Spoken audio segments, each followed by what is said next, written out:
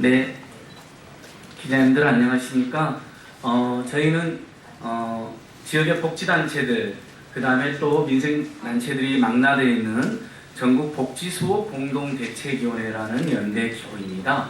오늘 기동민 의원님과 함께 사실은 지금 지자체에서 여러 사회복지 정책이나 좋은 민생대책을 내놓으면 번번이 중앙정부가 그것을 방해하고 해방을 놓고 폄훼를 하고, 심지어는 사회보장기본법상에 합의할 수 있다는 조항을 가지고 합의라고 과도 해석하면서 말도 안 되는 이렇게 딴지를 놓는 것에 대해서 저희들이 강력하게 대응해왔고, 그 연장선상에서 보건복지위원회 기동민 의원님께서 사회복지기본법 개정안도 좋은 안을 내놓으셨습니다. 그래서 오늘 각계각층의 더 나은 복지와 민생대책을 요구하는 당사자 단체들과 기동민 의원님이 함께 오늘 짧게 우리 기자님들께 이 법안의 취지도 설명드리고 이것이 이번 정부께서 빨리 통과될 수 있도록 호소하기 위해서 왔습니다. 먼저 참가자분들 소개하도록 하겠습니다. 네, 저는 참여연대에서 안진걸이라고 하고요. 국회 보건복지위원회 더불어민주당 기동민 의원님 모셨습니다. 안녕하세요. 예, 전국 장애인 차별철폐연대 최용기 공동대표님 모셨습니다. 예, 청년 배당, 청년 수당 등 사실 문제가 많지만 그거라도 못하게 하는 건 정말 말이 안 된다고 생각합니다. 그래서 청년 단체들이 함께하고 있는데요. 청년 참여연대 김주호 사무장님 참여해 주셨습니다. 예, 그리고 참여연대 복지조세팀장을 맡고 있는 김남희 변호사님 참여해 주셨습니다. 지역 복지시민단체를 대표해서 경기시민사회단체 운영위원장을 맡고 계시고 경기복지심리연대에서 일하시는 정창욱 선생님 모셨습니다. 예, 그리고 우리 참여연대 김용훈 간사님, 김장기 간사님이 복지소 공대 실무를 맡고 계신 분들도 함께 와주셨습니다. 고맙습니다. 먼저 취지 말씀을 우리 최영기 대표님께서 그리고 김조국장께서 이렇게 하시고 기동민 의원님 말씀 들어보도록 하겠습니다.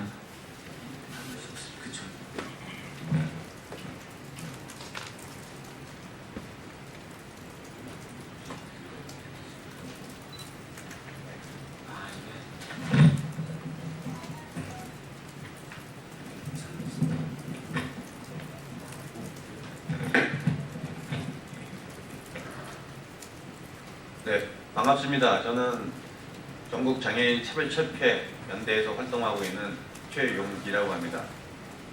보건복지부는 2007년도에 중증장애인의 자립생활을 지원하기 위해서 활동보조 제도를 시행을 했습니다.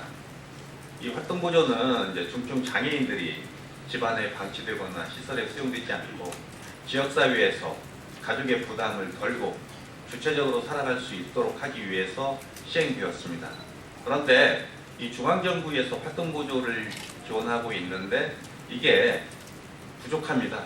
활동보조가 필요한 장애인들이 필요한 만큼 받아야 되는데 중앙정부에서 주는 시간들이 적기 때문에 지자체에서 추가적으로 지원을 하고 있습니다. 그런데 사회보장기본법 제26조에 협의라고 하는 그런 조항이 있습니다. 이 조항으로 인해서 중앙정부에서 지원하고 있는데 지자체에서 추가적으로 지원하는 것들에 대해서 보건복지부 장관과 또 서울시에서 서울시장이 협의를 해야 합니다. 그런데 이 협의가 잘 되지 않습니다. 실질적으로는 협의라고 보기에는 너무나 한계가 좀 있는데요. 어려움이 있는데 솔직히 말해서 보건복지부에서 이렇게 지원을 해도 좋다라고 하는 승인을 해줘야 합니다. 그런데 절대로 그렇지 않습니다. 활동보조가 필요해서 활동보조인이 없는 그 시간에 장애인이 불에 타 죽었습니다. 그리고 활동보조가 필요한 장애인이 필요한 만큼 받지 못하고 활동보조인이 돌아간 후에 호흡기 장애인이 호흡기가 빠져서 죽었습니다. 이런 일들이 계속해서 반복적으로 일어나고 있습니다. 그래서 활동보조가 필요한 장애인들은 필요한 만큼 받아야 합니다. 그런데 보건복지부에서는 지자체에서 활동보조를 추가적으로 지원하는 것들에 대해서 선심성 지원이라고 하면서 중복 지원이라고 하면서 자꾸 태클을 걸고 있습니다. 저희는 활동보조 필요한 장애인이 필요한 만큼 받을 수 있어야 된다고 생각합니다. 그래서 사회보장 기본법 개정이 되어야 합니다. 아울러서 사회보장 기본법 이렇게 또 개정할 수 있도록 기동민 의원님께서 자리를 마련해 주셔서 감사의 말씀을 드리고 저희 전국 장애인 차별철폐 연대도 사회보장 기본법이 개정될 수 있도록 힘차게 활동해 나가겠습니다. 감사합니다. 네, 우리 최용기 대표님 일체어와 함께 어려운 걸음 해주셨고 왜 이 법이 문제가 있고 우리 중증장애 활동보장 제도가 절실한지 잘 말씀해 주셨습니다. 실제로 우리 지금 장애계뿐만 아니라 많은 복지민생단체들이 활동보조인 제도는 24시간 원칙적으로 활용할 수 있어야 되고 그래서 관련 예산 3천억 원 정도를 예산 증액 요구를 하고 있는데 그걸 중앙정부가 거부하고 있습니다. 그러면서 지자체에서 그러면 지자체 단위에서도 하겠다는 것마저도 이렇게 방해를 하는 것입니다. 기자님들 생각하기도 도저히 납득할 수 없는 조치라고 저희는 감히 기자님들께도 호소드리고 봅니다. 우리 이 장애인 계층뿐만 아니라 청년들이 또 이 사회보장 기본법상의 협의 조항으로 또 잘못된 복지정비 지침으로 큰 피해를 보고 있습니다. 아까 말씀드린 것처럼 협의를 합의로 과도하게 해석하는 것은 정말 넌센스라고 생각합니다. 예, 청년 참여연대 김주호 사무국장님 말씀 들어보도록 하겠습니다.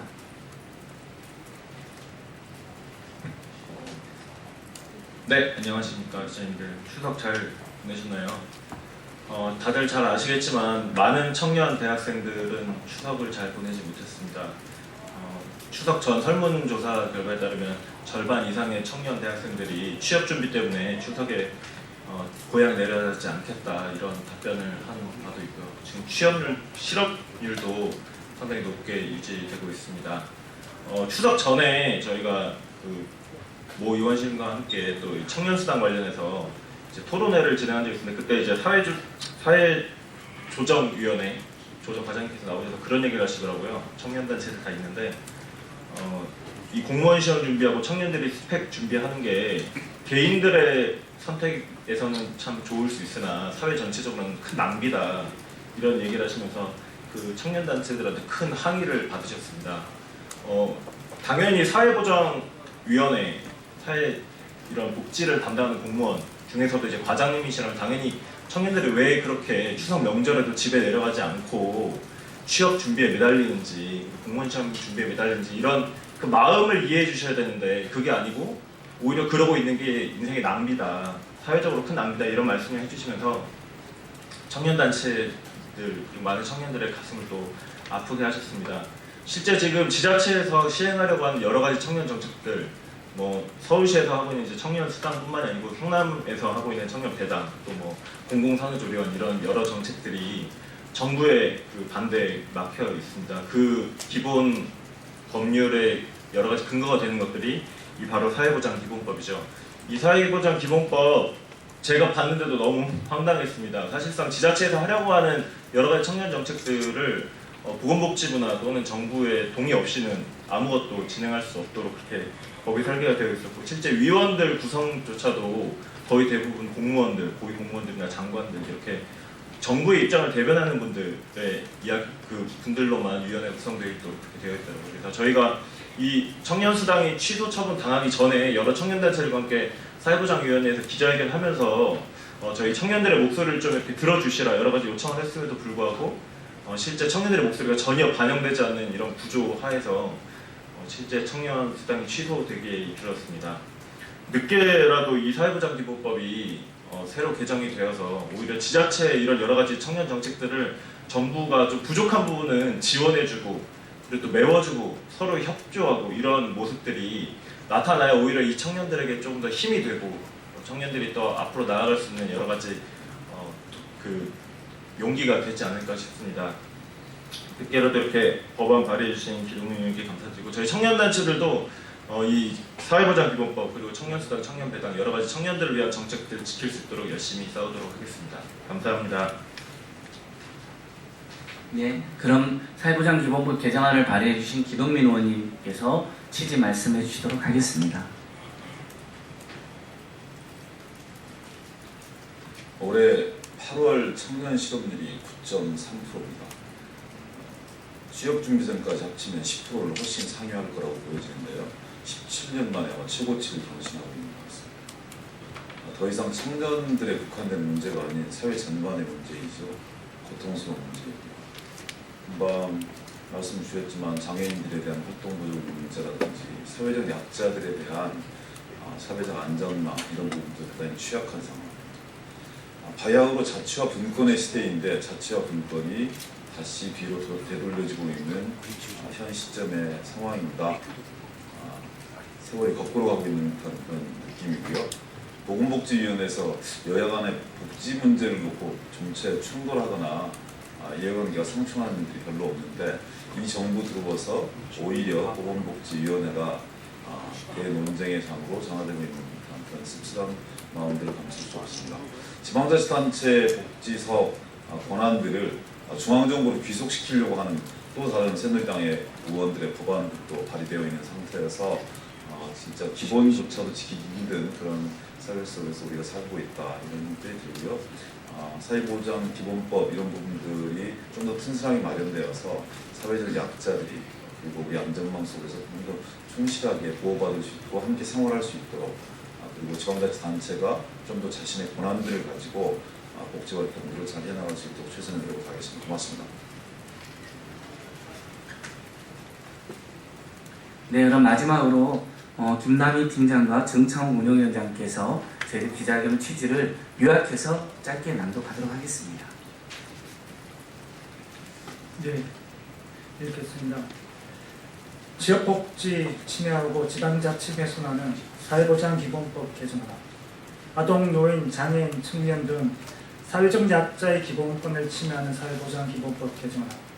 20대 국회는 하루빨리 지역복지와 지방자치를 수호할 수 있도록 사회보장기본법을 개정하라. 1995년 제정된 사회보장기본법은 국민의 복지 정진을 위해 국가와 지방자치단체의 책임을 구체적으로 정한 법률입니다.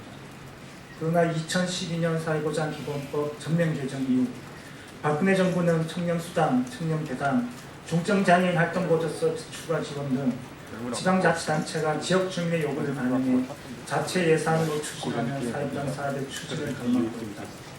더욱이 정부는 지방교육세법 시행령을 개정해 정부의 사전 협의 내용을 이행치 않는 지방자치단체에 지방교부세를 삭감할 수 있도록 해 지방자치를 크게 훼손하고 있다.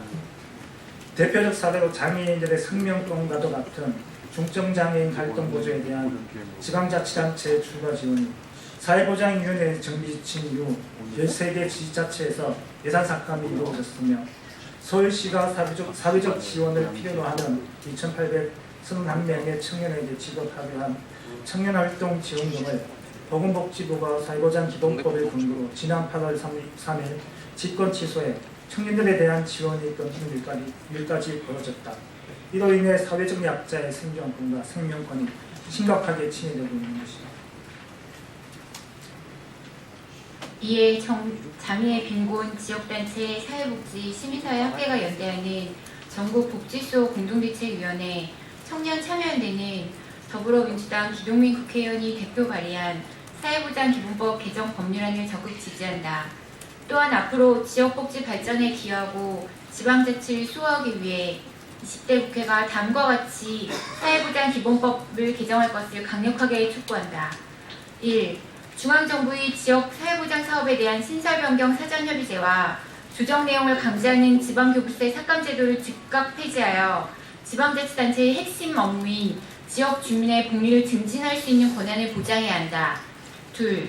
사회보장 제도에 대한 지방자치단체의 비용 부담을 일방적으로 정하는 사회보장위원회의 권한을 폐지하고 조정 권한을 사회보장의 증진에만 행사하도록 제한하여 사회보장위원회가 지방자치의 본질을 침해하지 않도록 해야 한다. 셋. 사회보장위원회의 위원에 대한 국회 추천권을 부여하고 구체적인 회의 내용의 공개를 의무화하는 등 사회보장위원회의 민주적 대표성과 국민의 알 권리를 보장해야 한다. 2016년 9월 20일 전국복지소 공동대책위원회. 네, 기자님들 이번 국회에 많은 좋은 법안이 제출되어 있는데 저희들은 이 사회보장기본법 개정안이 그 중에서도 아주 시급한 법안 중에 하나라고 보고 있고 그 증거로 오늘 우리 장애인단체, 청년단체, 지역복지단체 분들께서 직접 어려운 걸음 해주셨습니다. 여러 법들 만나시니까 좀 헷갈리실 수 있지만 사회보장기본법 개정안 지역복지와 민생대책을 증진시킬 수 있는 좋은 법안입니다. 꼭 기억해 주시고 보건복지비 기동민원 우리 보건복지단체들이 많이 응원하고 있습니다. 더욱 분발 부탁드리고 저희들 오늘 기자회견 마치도록 하겠습니다. 취재해 주셔서 고맙습니다. 안녕히 계십시오.